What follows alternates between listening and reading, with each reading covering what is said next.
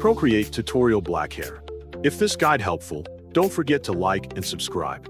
People search for this tutorial because they want to learn how to draw realistic hair digitally using Procreate Pocket. Open Procreate Pocket and create a new canvas to begin your drawing.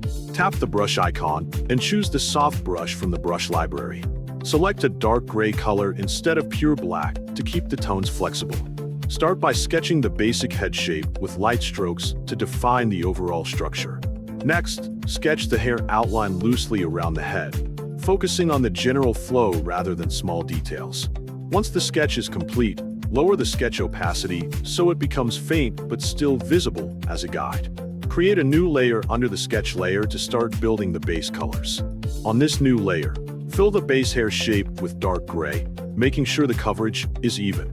Avoid using pure black at this stage so you can build depth gradually. Add darker shadow areas where the hair overlaps or folds, especially under layers of hair where light would not reach. Use the soft brush to blend these darker areas smoothly into the base color.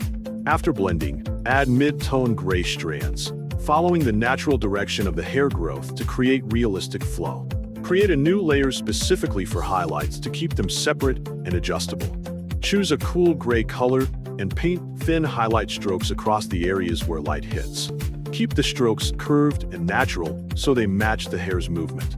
Use the smudge tool lightly to soften the highlights, blending only slightly to avoid losing detail. Add deeper black in the darkest areas to strengthen shadows and increase contrast gradually so the hair gains depth.